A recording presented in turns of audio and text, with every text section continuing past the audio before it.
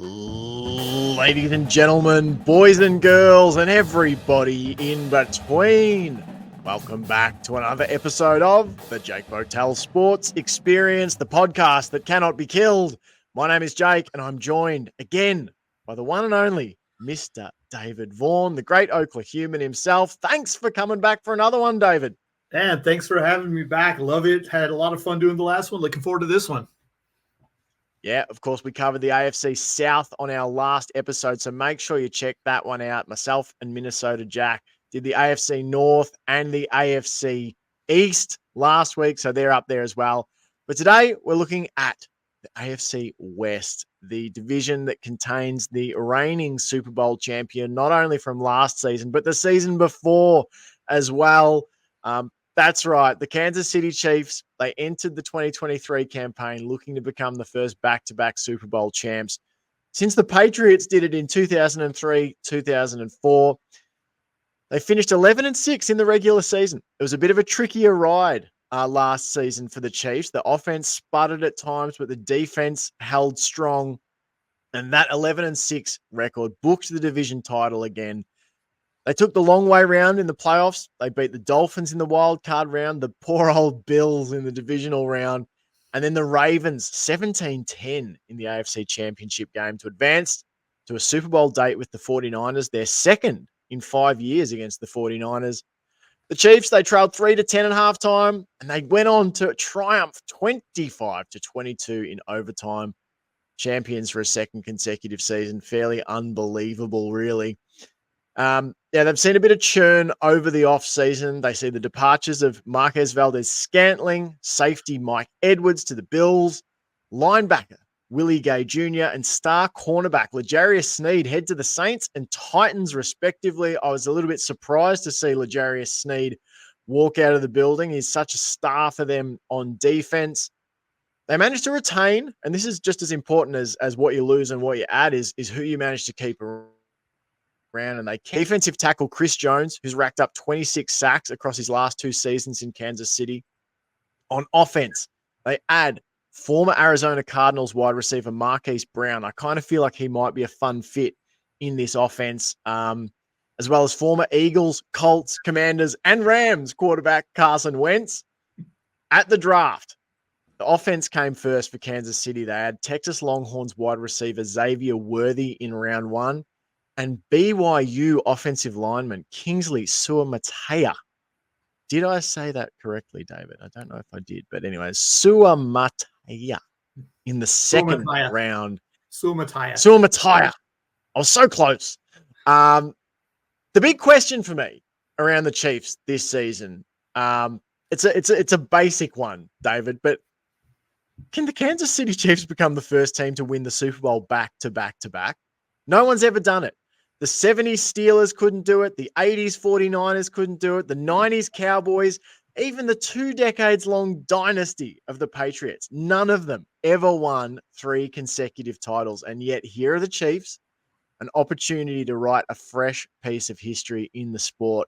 Personally, I doubt there's going to be a lack of hunger to get the job done. You know, some teams, they win a couple, then they capitulate. I don't see that in KC. They strike me as a team with an insatiable appetite to prove their greatness.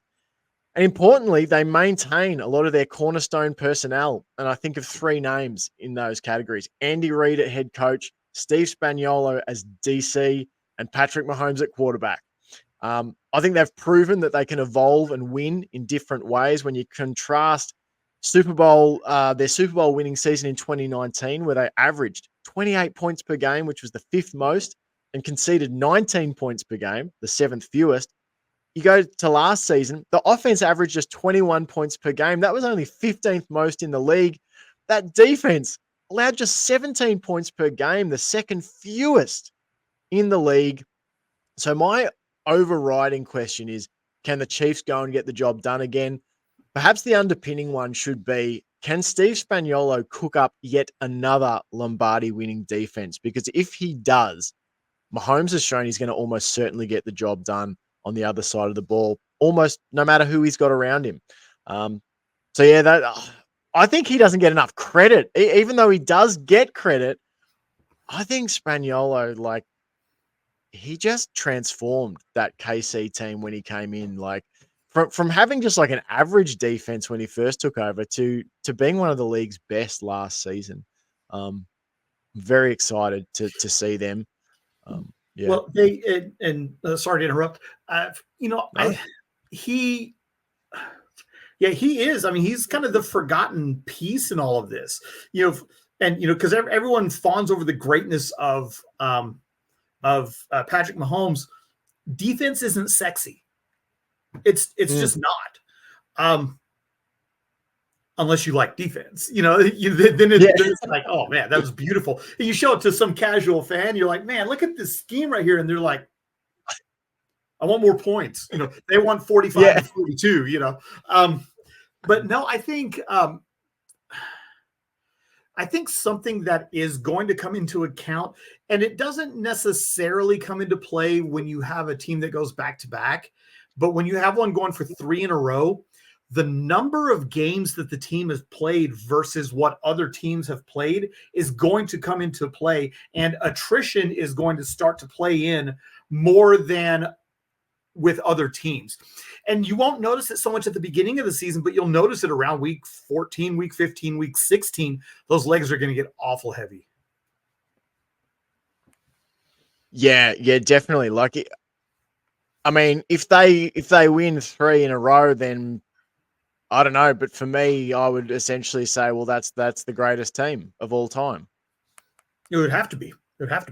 It'd be pretty hard to argue. It's something that no one else, like even all-time mythic teams, like I said, the 70s Steelers, the 80s Niners, the 90s Cowboys, the Patriots of the 21st century, none of them did it. So I'm excited to see it. Like, part of me wants to see it. Part of me wants to see a new champion, but I guess it's win-win either way. We either get a new champ or we get to see something that's never been done before. Speaking of things that have never been done before, the LA Chargers have never won a Super Bowl. Now our good man Minnesota Jack was gonna read these guys. Is under the weather today, so we're hand passing over to you. I mean, I'm handing off the ball from under center. On the Australians and their hand passing. I'm handing the ball off to you, David, to talk about the LA Chargers. Do we have to? No, with the Patriots last week. The Chargers, they had a rough go last year, and of course, everyone kind of points to that disastrous game against the Raiders where it was just like they were just the Chargers were just giving out points like candy. I mean, if here's a touchdown, there's a touchdown, there's a touchdown. That was wild. I hadn't seen a game like that in a long time. Not since the Sam Weish led Cincinnati Bengals. I mean, had I seen a game like that, it was pretty wild. And that includes the game when Miami dropped 70 points, because even in that game, it didn't feel as dominant as this one with the Raiders.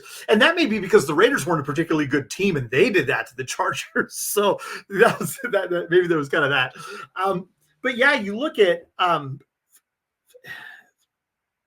you look at the weapons that the Chargers have and had. You had Justin Herbert, quarterback. That game, I feel. Well, I don't want to say that game is what got Brandon Staley fired, but it certainly didn't help. I mean, after that, it was like, we cannot. We're not doing this. They did make some good moves in the offseason, though. They got running backs Gus Edwards and J.K. Dobbins, and then they got a pair of tight ends as well, Hayden Hurst and Will Disley. And Will Disley is underrated tight end. That guy can play. And they got a solid center in Bradley Bozeman. They lost a fair bit too, though. I mean, they lost Keenan Allen, and I mean, ouch, that hurts. I don't know how you make that up. And then they also lost Mike Williams, and then of course, you lose Austin Eckler, and they lost Gerald Everett, they lost Eric Kendricks on that defensive line, Kenneth Murray, and so now what you've got is this kind of new nucleus with Jim Harbaugh now at the helm. Is Jim Harbaugh going to be the one to, finally have Justin Herbert turn that corner and become the quarterback that we all know he's capable of being? Because we all know that he's capable of being an all-pro level quarterback. But for some reason, there's just this gear that he hasn't been able to get to. And part of that has to do with the surrounding cast. Part of it has to do with, the schemes and the coaching and stuff like that. A lot of people have the Chargers as kind of a like a dark horse Super Bowl contender. I just don't see it. I don't see it. And I feel like, I feel like a lot of their fan base may kind of be starting to be like, well, this is just where we are and what we're doing now. And I feel like there may not be just a ton of hope with the Chargers. The Chargers faithful that have been put through so much for so many years. I mean, I remember when they did go to the Super Bowl, they got the privilege of facing the prime San Francisco 49ers with Steve Young. And it was an absolute massacre. It was just an absolute massacre. That game. But I think for a rookie coach, I think that Jim Harbaugh is going to be under a lot of pressure. I think that he's going to be expected to get results immediately, and I just don't know that the results are there to be had. I mean, am I reading the tea leaves wrong here, Jake? No, I don't think so. I think it's interesting. I think it's going to be a very different type of offense that he is going to be running. I think, that the addition of the two tight ends in Hayden Hurst and Will Disley, a lot of former Ravens, Gus Edwards and J.K. Dobbins, both former Ravens. Likewise, Hayden Hurst. Actually, now that I think about it, right? I think it's just going to be different. I'd almost allow. I don't have high expectations of the Chargers this season, and I just think it can be a year where they reboot and retool. I think there's a lot of. This is like for me when you first get into renovate a house, you're ripping down a lot of plaster and drywall. You're ripping up, vinyl floors and seeing what's underneath. You're basically it's a tear down and inspect what you've got. That's what the off season has been for them. And we're starting to rebuild the foundations. Next year, I think at the draft and in free agency, I think you'll see them make bigger moves to try and, get the house ship shape. But this year, if they could get their way to 7-10, 8-9, I would consider that a really big win for them. With the opportunity to launch next year. There's been a lot of churn in this division, not just in the player department, but coaches as well. We're going to talk now about the Las Vegas Raiders. They started their campaign 3-5 last year. They bid a swift farewell to second-year head coach Josh McDaniels. He didn't even get 2 full seasons. I think we can categorically say that Josh McDaniels as a head coach maybe just isn't a thing that's going to happen. They installed Antonio Pierce as their interim head coach, and under his influence, they rallied down the stretch. They won 5 of their final 9 games, and that included an impressive 20-14 victory over the Kansas City Chiefs in Arrowhead. That final stretch was impressive enough to the Raiders' top brass that Pierce was elevated to the role of head coach on a permanent basis in 2024. There's a lot of umming and ahhing, about whether that would happen, and they got the job done. Hey, Jake, I want to interject right here. That was overdue. That was overdue. That should have already happened. And they did. They kind of drug their feet on it, and people started being like, "Okay, what's going on here? Why are we not?" But no, that was absolutely the right move, and I think that. I think now that he's got his footing, I think, and without stealing your thunder here, I think now that he's got his footing, I think that, I that was absolutely the right move. It was the way to go. Well, they've made such, 2 such bad hires previously, John Gruden on whatever it was, a 10-year deal or whatever they tried to sign him up for. And then, they follow that up with Josh McDaniels. I think it was good that they bucked the trend of, like, most teams don't seem to sign the interim coach. They've taken a flyer on it, and I actually think that's good. Like try something a bit different. Now, departing the Raiders in 2024, Jimmy Garoppolo, who goes to the Rams, running back Josh Jacobs goes to Green Bay. So that's a big loss, as well as defensive tackle Bilal Nichols, who is off to Arizona. They've retained the services of center Andre James. He started 48 games in the last 3 seasons, so consistency at center. By addition, they welcome quarterback Gardner Minshew from the Colts. Great team fit. That's what I would say, Gardner Minshew. And really, he's going to be the starter. There's no one else in that QB room to me that looks like being a starting quarterback this season. I think it's Gardner Minshew's team in 2024. They also add Michael Gallup, the wide receiver from the Cowboys, running back Alexander Madison from the Vikings. They beef up the defense with Dolphins defensive tackle Christian Wilkins. In the draft, they go offense heavy at the top. They add Georgia Bulldogs tight end Brock Bowers, which makes sense because they lost, I'm trying to think of his name, the tight end that was playing for them, and he went to the Giants. Can't think of his name, but anyway. Yeah, it's right there. He was a fantasy league winner for a long time. So Brock Bowers comes in, and they add 2 offensive linemen in Oregon's Jackson Powers Johnson, who has been on the injury list a bit to start the season. They also add Maryland's Delmar Glaze in the first 3 rounds.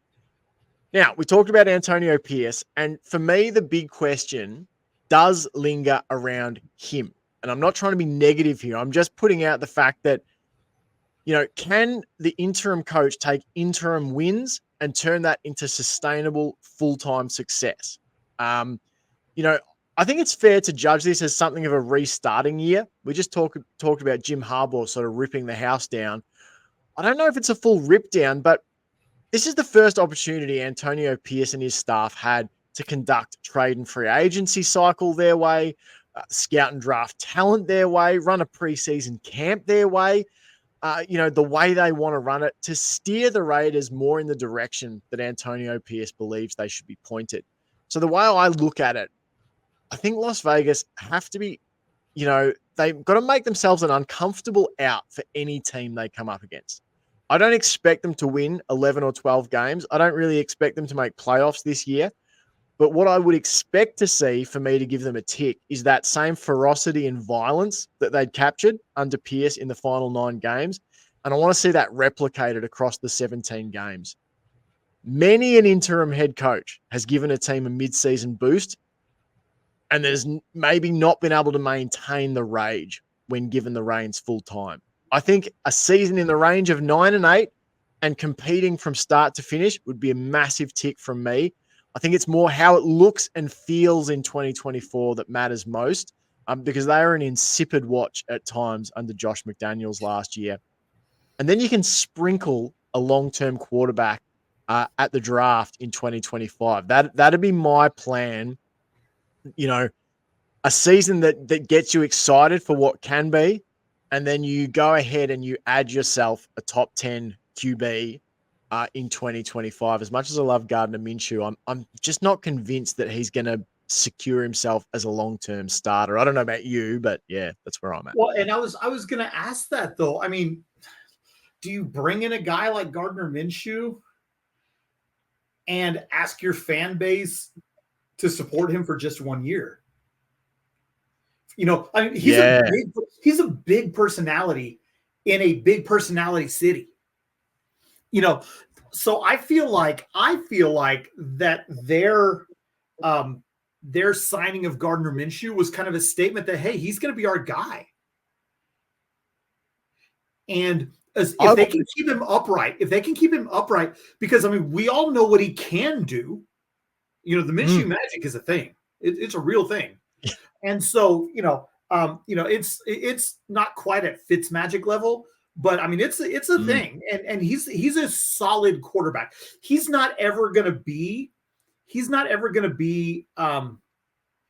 like Tom Brady Patrick Mahomes. That's not who he is. Mm. But he's a Nick Foles type. He's not going to lose you many games. Mm. And I agree with feel that. like a game manager with a conservative coach like Pierce is could be a good fit. That's what's kind of funny about Gardner Minshew is that his personality is so sort of like gregarious and over the top, and, you know, the mullet and the mustache and the jorts and the living in a van and all that sort of stuff. But then on the field, he's actually like, he would fit best almost like in a Sean Payton New Orleans offense, like something very, you know, sort of almost dink and dunk. It's all very structured and set out. You just make the right read, you hit the short intermediate throw, and occasionally you scheme something open over the top. It's such a funny like juxtaposition. But that makes sense though. Think about who his coach was in college. It was Mike Leach. Yeah, exactly. Mike Leach. Yeah. Yeah. So I mean, yeah, no. Yeah, So that's how he learned to play the game. Well, look, I would love nothing more. I've been on the Gardner Minshew can be a starter train for so long. This is the first season I've really sort of jumped off it. I'll be jumping back on in full force if he locks up the starting gig. I would just throw out the name Cam Ward at Miami. I would be interested to see if he's there when the Raiders pick in 2025, because I don't think they're going to pick like, say, 1, 2, or 3 in the draft. And I think there'll be flashier names go ahead of Cam Ward. I wonder if there's a QB like that they go, we're comfortable bringing him in. And in fact, I think Cam Ward could do a bit of a Justin Herbert where he's moved to Miami. I think he could have a quieter year. I don't trust Mario Cristobal to handle him.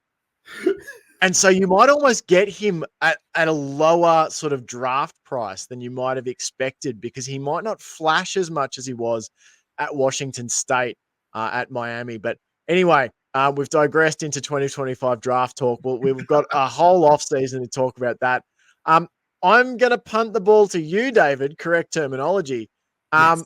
to talk about, speaking of Sean Payton, the Denver Broncos in 2024. And that's what I've got to say about the Denver To? Broncos. Okay. So yeah, so Denver went 8-9 last year. And depending on who you ask, they either underachieved or overachieved. Because there were a lot of, I mean, I don't think a ton of people just expected Denver to burn the house down last year. I don't think they expected them to just be amazing. There were some times when they looked pretty bad though. And ultimately it ended up costing them Mr. Unlimited. Ended up, you know, Russell Wilson ended up having to leave. He wasn't himself. Or maybe he was himself and he just had such a good surrounding cast in Seattle that, you know, it masked him. You know, Denver, for as rough as they were last year, they did have 3 Pro Bowlers. You know, they had Patrick Surtain, Justin Simmons, and then they had Marvin Mims, the kick specialist. That, I mean, I feel like he has the potential to be on a level with Devin Hester. He's not going to replace Devin Hester, but he kind of reminds me of that type that if he's got the ball in his hands, something electric is possible every time. And so, you know, it's not like Denver is completely devoid of weapons. Their quarterback room is a mess. Their quarterbacks are Bo Nix, Stidham, and Garrett Stidham, and Zach Wilson. And, you know, you look at that and, you know, usually when you've got a QB room of 3, you can look at one and be like, okay, this is the clear-cut best guy. They don't have that here. You know, I feel like it's probably Bo Nix. But, you know, Zach Wilson does bring things to the table. And I think a lot of the question around Zach Wilson is, I just think New York was the wrong fit for him. I mean, New York in general and the Jets specifically was just a bad fit. this guy from a small town in Utah. And, he ends up on Times Square, and he just, the moment was a little bit too big for him. He was kind of the savior of the franchise that, it just never materialized because, he had nothing to work with. Ask Aaron Rodgers. He had nothing to work with. And even so, he kind of managed the games as well as he could. People kind of give him a lot of grief for losing a lot of games in New York. Well, everybody lost a lot of games in New York. It wasn't just him. They bench him, and it's not like the results got any better. So, what are we doing here? So I do think it's going to be an interesting QB competition. I do think Nix is going to get the starting job. And I was mentioning earlier, and I was talking to you about it, I almost feel like they would be best served in Denver to use Zach Wilson in a Taysom Hill type capacity. BYU kind of has this archetype of quarterbacks that they put out. And they're very successful, and they're good quarterbacks, and they're decent quarterbacks in the NFL even.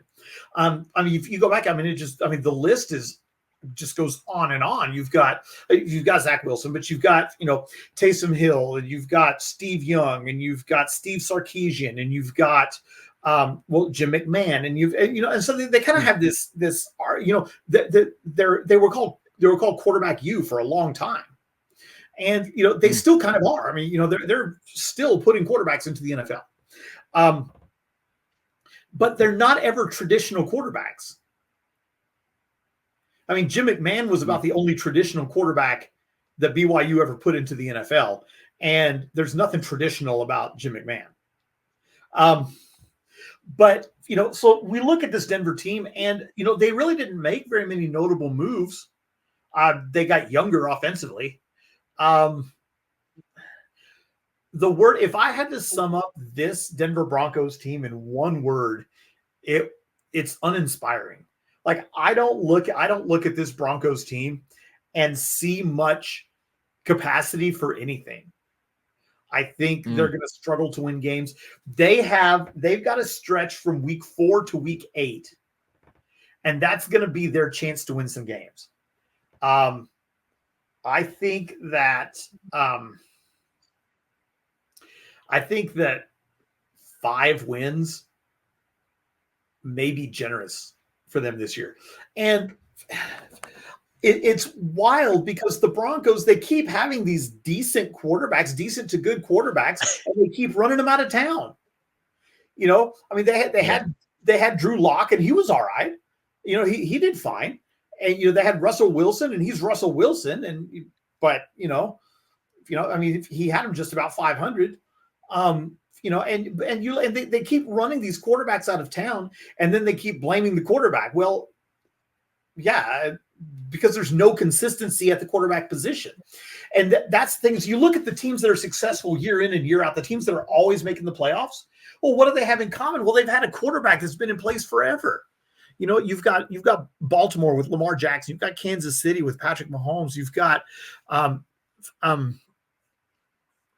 the Cowboys, with Dak Prescott, they're in the playoffs, and for as much as people malign their lack of success, they're there year in and year out. And, even the Giants with Daniel Jones, they've been there. Eli Manning before him, and so, and you look at the teams that have had a lot of quarterback turnover. And I know you're not going to want to hear this, but Pittsburgh, they're 500, but they're not where they were because they have no consistency at the quarterback position. And Denver is in that same category right now. They're just not as good defensively as Denver is, or as Pittsburgh is. Excuse me. Yeah, and it's a little bit like, these teams that go through the wilderness following, the retirement of their Hall of Fame quarterback. The Broncos had those years of Peyton Manning, and it's been pretty much a mess since. There was years where they had Case Keenum, starting at quarterback. Yeah. That they've had, Osweiler and all sorts of QBs roll out there. So there has been no consistency. I think that the personality fit between Sean Payton and Russell Wilson was never going to work. I actually think, sadly enough, the best fit for Russell Wilson was, he and Pete Carroll. I think they actually, despite their differences, they seem to drive pretty well, vibe pretty well together. I think I see what the Broncos and Sean Payton see in Bo Nix. This is a guy who's 2 years at Oregon, completed over 70% of his passes across the 2 years, 77% last season. That's an insane number. 74. It's nuts. 74 touchdowns and just 10 interceptions, which, that's pretty impressive across those 2 seasons, in my opinion. So yeah, but it's hard for me to, as you said, pencil them in for many wins. What a situation as we start to talk, I guess, about how we're going to eat or rank the spots in this division. What a landing spot once again for the Chiefs, a division where you've got 2 teams starting out with new head coaches, Antonio Pierce and Jim Harbaugh at the Chargers and Raiders. And then at the Broncos, you've got a side that, likely doesn't have the weapons or the quarterback to really challenge them. We're both saying no brainer, Chiefs number 1. Yeah, no, I think Kansas City goes 12-5, 13-4, especially because I don't see them losing any division games this year. I don't see anyone. I don't see anyone that can hang with them. No, I think the Raiders, they beat them 20-14 last year, but I actually, this is going to be bizarre, but I actually think the Chiefs are going to be better than they were last year. I think they're doing much better than, I like what they've brought in on receiver in Xavier Worthy and Marquise Brown. I think that offense could actually look a lot better. I think it's Xavier Worthy, isn't it? But the Chiefs. Yeah. So we've got Chiefs 1. Are we going Broncos 4? I've got the Broncos last. Yeah. Too much mess at quarterback and there's not enough weapons around them that, like some teams you could have a mess at quarterback, but you're like, oh, but the defense is feisty or they have got good. I just don't see it. So that's 4th. Are we Raiders 2, Chargers 3? That's what I have, but I also have them to where they could be either way. I think it's going to be an 8-9, 9-8 situation. Yeah. So and it's probably a division where we get at absolute maximum 2 teams out of it in terms of playoff. More than likely to just be the 1. Right. Yeah. No, I think, well, and especially, and we talked about it last time, the strength of the AFC South, that's not going to leave a whole lot of pickings for everyone else. And then when you also take the AFC North into account, I think the lion's share of the playoff teams are going to come from the South and the North, and I think the East and the West are going to be left out with 1 team. Yeah, there's going to be a real glut because, if the Bills, sort of maintain their level, and if the Dolphins can grow into their sort of, their space a bit, and if Aaron Rodgers stays healthy, like there could be a real tussle for those playoff spots in the AFC, which is what you want to see. So we've gone 1 to the Chiefs, 2 to the Raiders, 3 to the Chargers. There is the space for the Chargers and Raiders to flip-flop, but I'm pretty comfortable with that, with the Raiders 2 and the Chargers 3. Then the Broncos at 4. There's too much uncertainty around the quarterback position, and we just don't really see a strong enough edge on defense or, the run game or something that would have us believing they can transcend that. But who knows? We went into last season with the Houston Texans, not pegged to win many games, and then they found the guy. So, if Bo Nix happens to have that sort of CJ Stroud breakout year, you never know what can happen. But for now, that's where we've got it ranked. That is your AFC West division preview. Thanks so much for jumping in, David. Good to have you on board for another one. Thanks for having me in. I appreciate it. It's always fun to work with you. No worries at all. Yeah, absolutely. Love chatting football with you. Thanks so much for watching, guys. Thanks so much for listening. Hit that subscribe button. We'd really appreciate it. The NFC division previews will start soon.